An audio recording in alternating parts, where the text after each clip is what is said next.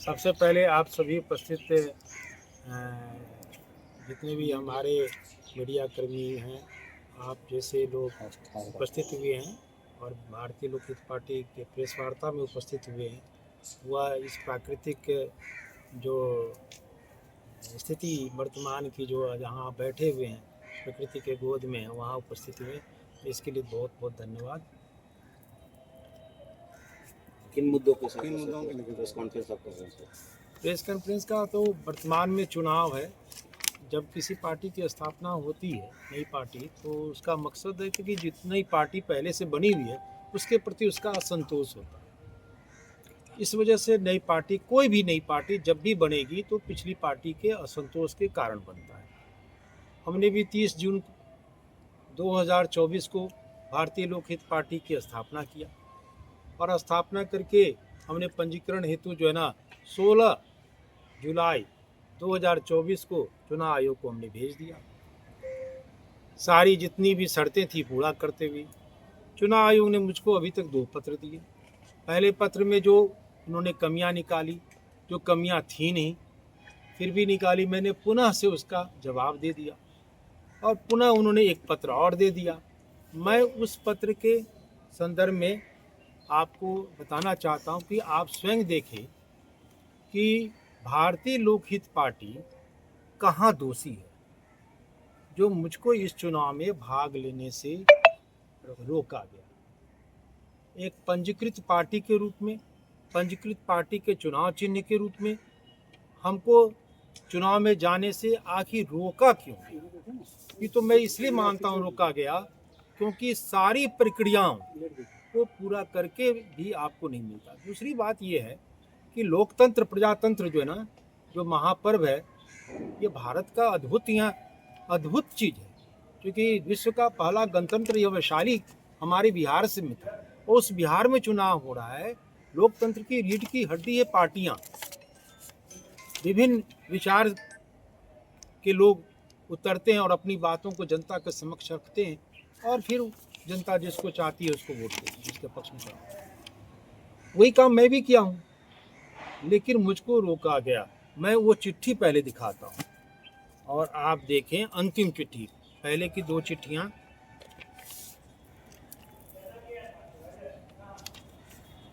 अंतिम चिट्ठी कम से कम हमने 20 आवेदन दिए होंगे, जिसमें 25-30 तो ऑनलाइन दिया, कल भी मैंने दिया है। कोई जवाब नहीं। चुनाव आयोग एक ऐसा दफ्तर है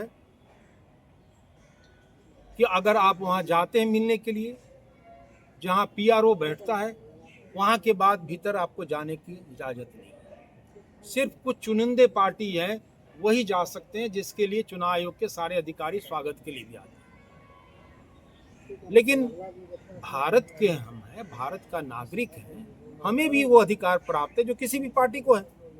हमें रोका जाता है सबसे पहली बात कि हम वहीं रुक जाते हैं जहां पर पीआरओ बैठते हैं, जहां स्वागत कक्ष है, वहीं पर रुक जाते हैं। मैं 3 बार गया, नहीं मुझको मिलने दिया गया। हमारे अधिकारी जो है ना, जो पार्टी के बाकी अधिकारी हैं, वो लोग भी गए, लेकिन उनको भी रोका गया, नहीं मिलने दिया गया। अब ये चिट्ठी पहले देख लीजिए, इस चिट्ठी पर नज़र दौड़ाइए, मुझ पर क्या आरोप लगाया गया। मुझ पर जो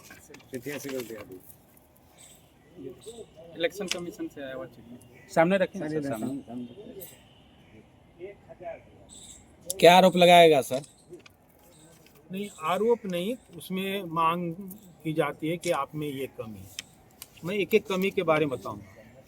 आप उस बैठक जिसमें दल का गठन किया गया था, दल के संविधान अंगीकार किया गया था कि प्रमाणित प्रति प्रस्तुत करें, जिसमें समस्त संस्थापक सदस्यों अथवा कम से कम 100 सदस्यों के हस्ताक्षर हो, प्रस्तुत करें।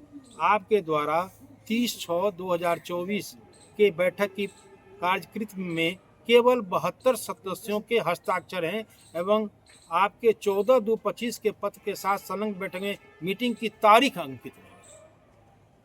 मैं अब बताता हूँ सर, ये इसका जवाब कई बार दिया जा चुका है और ये बार बार लिखते हैं कि हम 72, ये रजिस्टर है आपके सामने में, दूसरा कोई रजिस्टर नहीं है पार्टी की, यही रजिस्टर है।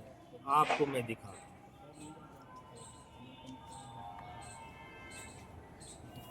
ये हमारा इस पर भी दिखाई, देखिए ये जो है पार्टी का प्रथम अधिवेशन जिसमें संविधान को स्वीकृत किया गया, पार्टी गठित की गई, ये है इसका रजिस्टर का।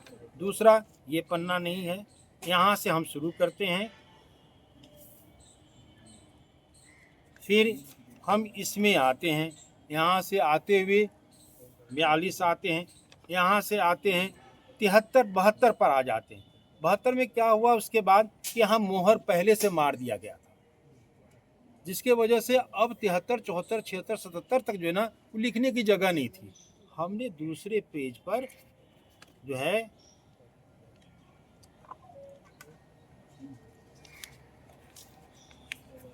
इस पृष्ठ पर फिर 73 से लिखा और 108 अंतिम जगह पर थोड़ा सा ध्यान दीजिए, यहाँ 108 सदस्यों का हस्ताक्षर और ये दिखा हुआ है। और अगर आप बार बार कह रहे हैं मुझको कि कई चिट्ठियां, तो बार बार यह कहना कि 72 72 72 ये कहाँ तक उचित है।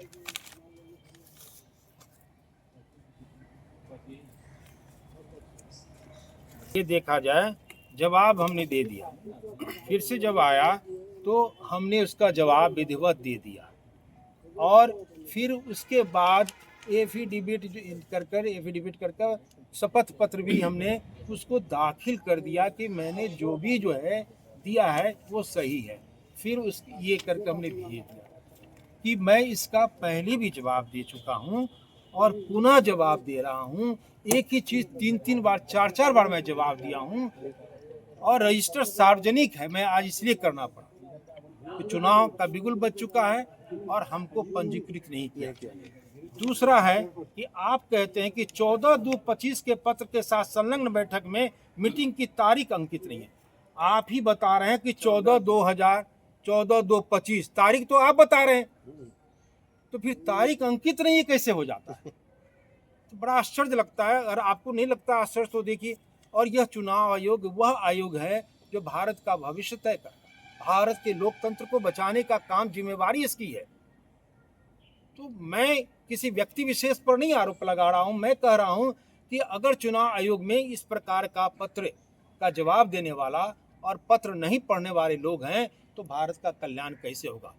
भारत का कल्याण लोकतंत्र में है, तो लोकतंत्र का एक व्यक्ति अगर चाहता है चुनाव लड़ना तो लड़ने की इजाजत नहीं दी जाएगी क्या? और मैं निर्दलीय क्यों लड़ूं? इसलिए इस बार मैंने तय किया, मैं दोनों जवाब दे दिया। दो ही प्रश्न जिज्ञासा जाहिर किया गया कि आपने 72, तो रजिस्टर सामने में कर दिया। ये आज मैं थोड़े लिखा हूं, मेरे बस की चीज है। लेटर कब मिला था सर? ये लेटर मिला है आपको 6 जून 2025 को। नहीं लगने का? नहीं, पंजीकृत नहीं हुआ। पंजीकृत नहीं हुआ। कहा कि ये दो कमी है, त्रुटि को बताया गया। दो कमी है कि आपको न्यूनतम 100 लोगों का हस्ताक्षर चाहिए और आपने 72, हम ये रजिस्टर खोल कर रख दिए हैं कि उसमें 108 लोगों का हस्ताक्षर किया हुआ है। आपको पन्ना पलटने का फुर्सत नहीं। आप दूसरे पृष्ठ का भी जो ना फोटोकॉपी किया हुआ है और प्रमाणित प्रति में भेजा हूँ, शपथ पत्र करके भेजा हूँ, आप देख नहीं रहे। दूसरी उन्होंने ऑब्जेक्शन लगाया कि 14/2/25 के तारीख में मीटिंग में आप डेट अंकित नहीं करते, तो आप ही तो लिख रहे हैं 14/2/25, तो आप स्वयं बता रहे हैं कि 14/2/25 की डेट अंकित नहीं किया गया है, ये कैसे साबित हो जाता है? अब मैं कहता हूँ, दूसरी बिंदु पर आता हूँ। इसमें तय आप करें, जनता करे कि मुझको इस ढंग से मेरे साथ जो व्यवहार हुआ उचित हुआ या अनुचित हुआ। अगर अनुचित है, क्या आप मानते हैं कि जो मैं दिखा रहा हूं तो रजिस्टर सामने में 108 लोगों का हस्ताक्षर है या नहीं है? आखिरी पत्र कब मिला आपको? ये जो इससे संबंधित चुनाव से 2025 को कमियां गिनाई गई कि आपके आवेदन में इसमें इतना कमी रहता है, बहुत सारे फॉर्मेलिटीज रहते हैं। 101 108 लोगों का मैंने फॉर्म क्रमांक, voter I list, voter ID card से वोटर क्रमांक वगैरह सब देना पड़ता है, और कम से कम 10 से ज़्यादा शपथ पत्र देने पड़ते हैं फर्स्ट क्लास मजिस्ट्रेट से। वो सारी प्रक्रियाओं में कहीं दोष नहीं मेरा निकाला गया।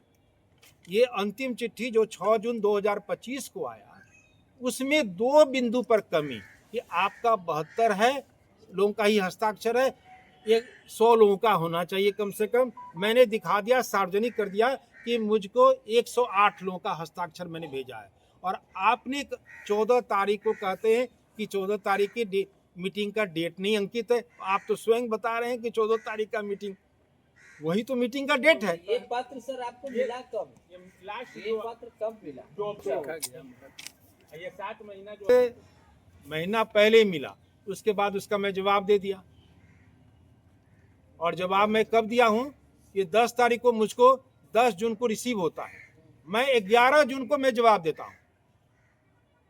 वो 30 दिनों का इसमें लिखा हुआ है कि 30 दिनों की अवधि के भीतर उपरोक्त दस्तावेज विवरण आयोग के पास प्राप्त नहीं होते हैं तो दल के पंजीकरण का मामला, इस मामले में आयोग कोई पत्राचार किए बिना बंद कर दिया था। इसके बाद क्या हुआ? चुनाव आयोग ने क्या कहा? उसके बाद कोई जवाब नहीं है। डायरेक्ट रद्द करने का अभी तक कोई नहीं, जवाब रद्द करने का कुछ नहीं, पंजीकृत नहीं किया गया, पार्टी को मतलब पंजीकरण नहीं हुआ, रोक दिया गया। ठीक है सर। इतने दिनों के भीतर आज नॉमिनेशन का पहला चरण का मतलब कि समझिए कि अभी एक दिन सेकंड लास्ट दिन है, सेकंड लास्ट। इतने दिनों के आज आप प्रेस के सामने आ रहे हैं, क्या वजह है? इससे पहले हम क्या किए, हमारा काम क्या है, उम्मीद तो रहती है ना, मुझको विश्वास था। मैं बता, पहला फेज का नॉमिनेशन चालू है। हाँ नहीं ठीक है सर, चालू है, नॉमिनेशन जारी है। आज चुनाव आयोग भी 24 घंटा खुला हुआ है चुनाव। जब मुझको जो है, जब मैं फ़ोन करता हूँ तो आपको मिल जाएगा, आपकी सारी फाइल चली गई है ऊपर, तो मैं क्यों मानूं कि नहीं मिलेगा। और कम से कम इस चिट्ठी के बाद मैं 6-10 तारीख को चिट्ठी मुझको आती है और मैं 11 तारीख को जवाब देता हूँ। अगर कोई बनावटी बात होती तो एक दिन के अंदर कोई जवाब दे सकता है क्या? अब आप आगे क्या करेंगे? आगे क्या करेंगे सर? हाँ, आगे क्या करना है? मैं पार्टी तो हुई ही, आपके चुनाव आयोग के द्वारा मान्यता देना है न देने, चिन्ह देने नहीं देने से पार्टी का अस्तित्व खत्म नहीं होता। हमारा विषय है कि इस प्रकार की व्यवस्था को रोकी जानी चाहिए, जिससे आपकी मंशा क्या है। ये कोई बात कहता हो कि जो देश की सरकार है वर्तमान में, भारत की जो सरकार है, उसके प्रभाव में चुनाव आयोग नहीं काम करती है, मेरा दिल नहीं मानता। मेरा दिल ये कहता है कि मुझको रोका गया है तो चुनाव आयोग क्यों रोकेगा? चुनाव आयोग को जरूरत नहीं है, चुनाव आयोग को रोकनी तो जिसको नुकसान होगा। तो मैं हूं बैस व्यापारी कारोबारियों की भारत में एकमात्र पार्टी।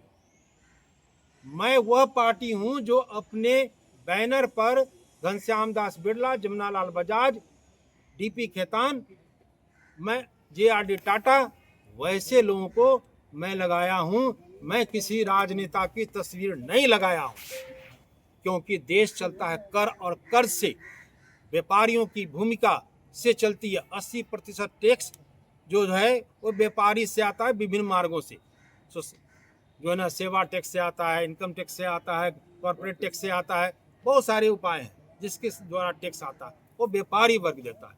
और मैं व्यापारियों की आवाज़ बना, पहली दफ़ा मैं व्यापारियों की आवाज़ बनने वाली पार्टी भारत की एकमात्र पार्टी मैं हूँ। आज़ादी के बाद क्या हुआ व्यापारियों के साथ, वो थोड़ा सुन लीजिए। देश आज़ाद हुआ 1947 में, सर पीछे से सुनिए, देश हुआ सर 1947 में, और देश को 1948 में घनश्याम दास बिरला जो है ना दे देते हैं एम्बेसडर, प्रधानमंत्री से राष्ट्रपति सर एम्बेसडर, किसके? एक व्यापारी के बनाए हुए कार पर चढ़ते हैं आप। 48 में दे दिया जाता है। देश आज़ाद 47 होता है। 1952 में JRD टाटा जो है ना, टाटा ग्रुप जो है ना, आपको ट्रक देता है कि माल का आयात की। और आज़ादी के पहले 1933 में जो है ना, आपका जो है ना सबसे बेहतरीन स्टील JRD टाटा टिस्को से बनकर आता है, उससे जो है ना हावड़ा ब्रिज बनता है।